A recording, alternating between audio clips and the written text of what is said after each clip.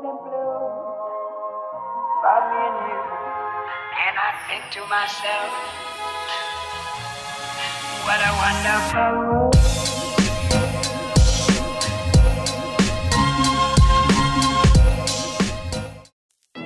Halo semuanya, kembali lagi sama saya Tono. Selamat datang lagi di Story Film. Kali ini kita akan kembali membahas alur cerita dari sebuah film. Dan di video kali ini saya sendirian karena Tini ngambek lihat komen dari kalian yang gak suka sama suara kami. Emang dia gitu guys, orangnya baperan, untung saya sabar dan baik hati. Aduh enggatin, maaf cuma bercanda. Kali ini kita akan ngebahas alur cerita dari sebuah film yang berjudul Nobody Sleeps in the Woods Tonight.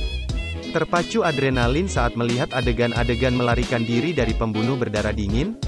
Maka film ini bisa dijadikan pilihan. Daripada kalian makin penasaran, yuk kita langsung aja masuk ke alur ceritanya. Enjoy the video.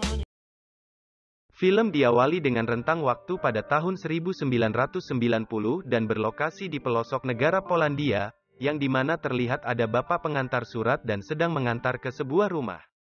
Ketika masuk, dia merasa tidak ada yang salah sama sekali, sampai di mana bapak itu melihat seorang wanita yang sedang membilas baju dan cuciannya sudah dipenuhi lumuran darah, lalu bukannya curiga bapak itu malah mendengar suara aneh dari sebuah lubang kecil di sebelah rumah. Yang celakanya si bapak mulai merasa penasaran, dan dia pun menghampiri lubang itu secara perlahan. Namun ternyata ketika si bapak ingin pergi, dia malah ditarik secara tiba-tiba dan terseret ke dalam lubang, sampai-sampai menghilang dalam sekejap.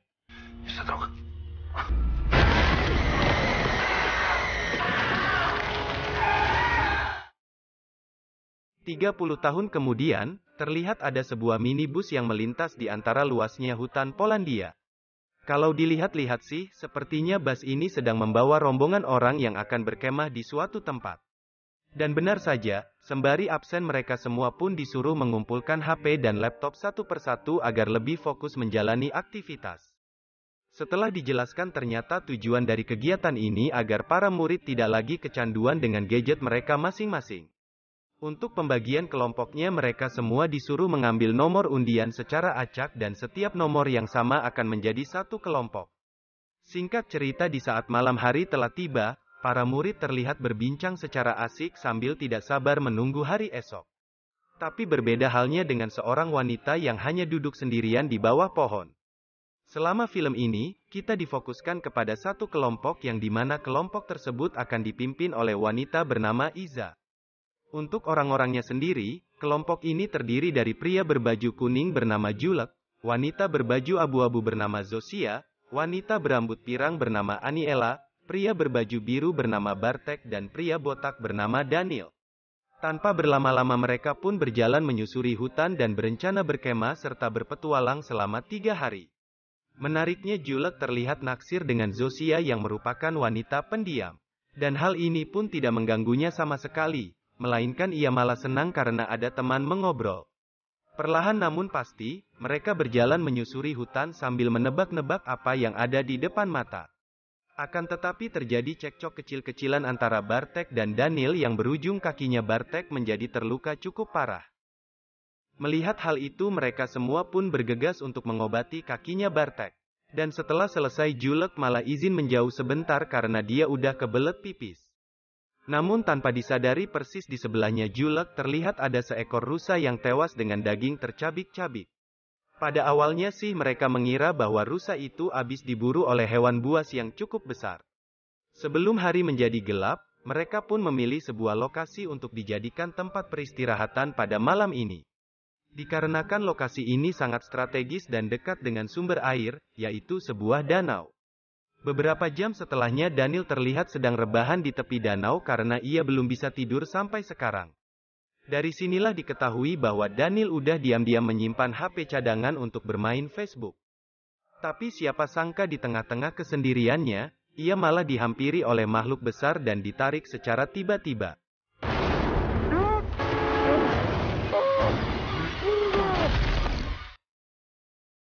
Alhasil Iza mulai kebingungan karena Daniel tidak terlihat sama sekali keberadaannya. Jadinya Iza mengajak Zosia dan juga Julek untuk mencari Daniel.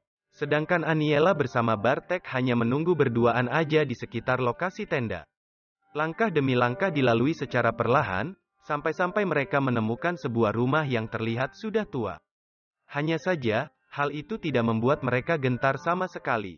Yang ada mereka makin penasaran, padahal ketika mereka masuk ke rumah itu langsung disambut dengan bau menyengat yang luar biasa busuknya. Tidak lama dari itu mereka mendengar bunyi misterius yang berasal dari lantai bawah tanah.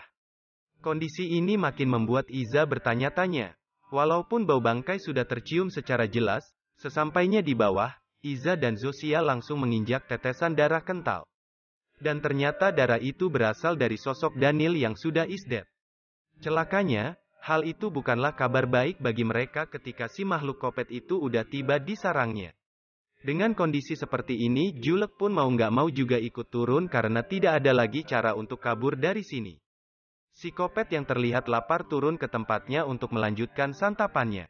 Mau nggak mau dia pun langsung membobol ventilasi udara yang terbuat dari kayu, hanya saja ketika gilirannya sudah tiba ia malah salah fokus ke sebuah handphone yang berada di kantong Daniel. Alhasil makhluk kopet itu mulai merasa senang ketika melihat ada santapan baru di depannya.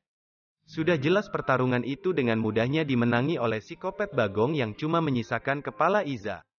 Melihat hal itu Julek bersama Zosia pun langsung berlari tanpa arah dan semakin jauh dari tenda mereka.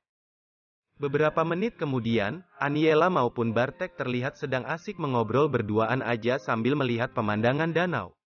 Namun saking asiknya, Bartek udah nggak sadar lagi kalau tongkrongan mereka didatangi oleh si kopet. Begitu mudahnya nyawa Aniela pun hilang dalam sekejap dengan kondisi tenggorokan yang sudah tertancap kayu. Tapi yang bikin kaget makhluk kopet yang membunuh Aniela merupakan makhluk yang sama, dengan postur berbeda. Kemudian kita kembali lagi kepada Zosia dan juga Julek yang kali ini tidak tahu berada di mana. Tapi untung saja mereka melihat sebuah gubuk kecil yang benar-benar tersembunyi keberadaannya. Mereka juga tidak menduga bahwa masih ada penghuni di gubuk tersebut, walaupun tingkah lakunya patut dicurigai. Tanpa basa-basi Zosia bercerita kepada si kakek misterius bahwa mereka sedang diburu oleh makhluk bertubuh besar.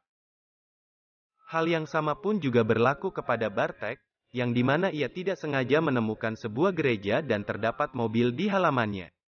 Kabar baiknya, dia pun disambut dengan ramah oleh seorang pastor meskipun keadaannya sedang terburu-buru.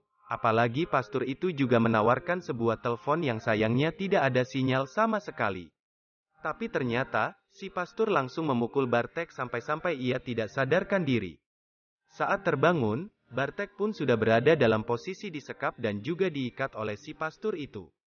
Entah apa alasannya yang jelas si pastor langsung bergegas keluar, karena ia mendengar suara yang cukup berisik. Setelah dilihat lebih jelas ternyata suara itu berasal dari sebuah mesin penggiling kayu. Dan pastor tersebut harus dikejutkan dengan kehadiran salah satu psikopat yang dimana kedua bola matanya mulai dicolok sampai jebol. Tidak sampai di situ dia juga dimasukkan ke dalam mesin penggiling kayu sampai-sampai tubuhnya hancur tidak tersisa. Satu-satunya hal yang bisa dilakukan oleh Bartek setelah mendengar suara teriakan adalah kabur melarikan diri. Tetapi dia harus bersembunyi di dalam sebuah lemari, karena psikopat itu sudah masuk ke dalam gereja. Tapi bukannya selamat, keberadaannya sudah diketahui oleh makhluk itu. Di sisi lain kakek tua yang dihampiri oleh Zosia dan juga Julek pun mulai bercerita. Dia berkata bahwa dirinya pernah menjadi korban dari makhluk itu yang membuat kedua kakinya hancur sampai tidak berbentuk. Di titik inilah si kakek memberitahu Julek maupun Zosia kalau psikopat itu ada dua orang. Lebih tepatnya dua orang kembar yang dulunya merupakan anak-anak baik dan juga nurut kepada ibunya. Namun semua itu berubah di saat mereka menemukan sebuah batu misterius di tengah hutan.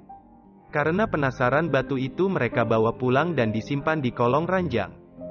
Tapi tiba-tiba kedua anak itu langsung dipengaruhi oleh sihir yang begitu gelap dan juga sadis. Celakanya ibu mereka malah baru sadar di saat pagi hari ketika melihat kedua anaknya lagi makanin anjing peliharaan mereka. Udah nggak kebayang kayak gimana perasaan si ibu. Dia pun syok dalam sekejap ketika melihat tingkah laku kedua anaknya. Bahkan si ibu hanya bisa berburu rusa hutan untuk diberikan kepada anak-anaknya selama puluhan tahun. Sampai suatu hari si ibu yang ingin memberi makan malah terpeleset dan terjatuh ke dalam lubang. Yang dimana hal itu juga menjadi pertanda buruk karena kedua anaknya sudah membabi buta dan berhasil kabur dari ruang bawah tanah. Setelah mendengar cerita itu Zosia pun bergegas mengajak Julek untuk kembali ke rumah psikopat kembar, dengan tujuan mereka akan berusaha mengambil handphonenya Daniel dan meminta pertolongan. Tapi yang bikin bahaya, psikopat itu terlihat lagi berada di dalam rumah dan sedang memakan tangan Daniel secara mentah-mentah. Hal itu pun diketahui oleh Zosia maupun Julek. Kemudian Julek berencana memancing psikopat itu dengan suara berisik. Apabila psikopat itu berhasil keluar dari rumah, maka momen tersebut akan dimanfaatkan oleh Zosia. Namun ternyata psikopat itu tidaklah bodoh dan dia mengetahui Zosia yang sudah berhasil masuk serta mengambil handphone Daniel. Beruntungnya Julek juga menyadari hal tersebut dan dia mengganggu makhluk itu sampai emosi. Luar biasanya tanpa menggunakan senjata sama sekali, psikopat Bagong malah masih aja memakan lidahnya Julek secara utuh.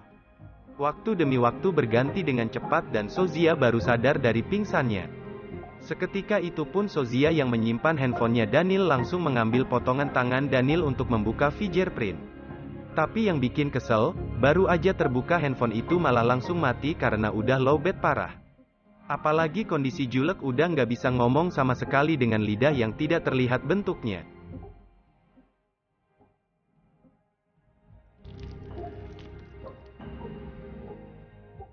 Di dalam rumah yang sama, kedua psikopat kembar terlihat lagi nyantai dan bersiap istirahat sejenak. Kalau kayak begini situasinya, kecil kemungkinan bisa kabur dari rumah ini.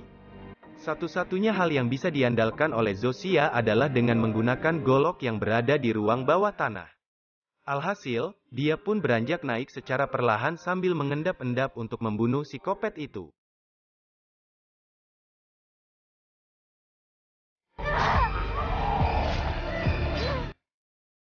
Untung saja dia melakukan rencana itu dengan mulus dan dia pun langsung berlari sekencang-kencangnya dari rumah tersebut.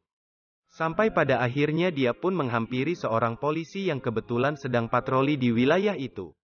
Tapi baru saja pergi beberapa ratus meter si polisi malah berhenti karena melihat psikopat itu sedang terkapar di tengah jalan. Lalu kemudian,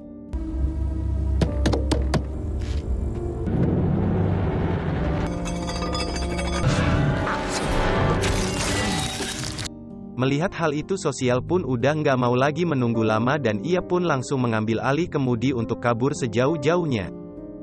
Hanya saja di momen ini Zosia tidaklah benar-benar kabur, melainkan ia ingin melindas makhluk itu berkali-kali sampai puas. Emang benar-benar ya padahal situasinya udah bisa kabur, tapi masih aja bertingkah.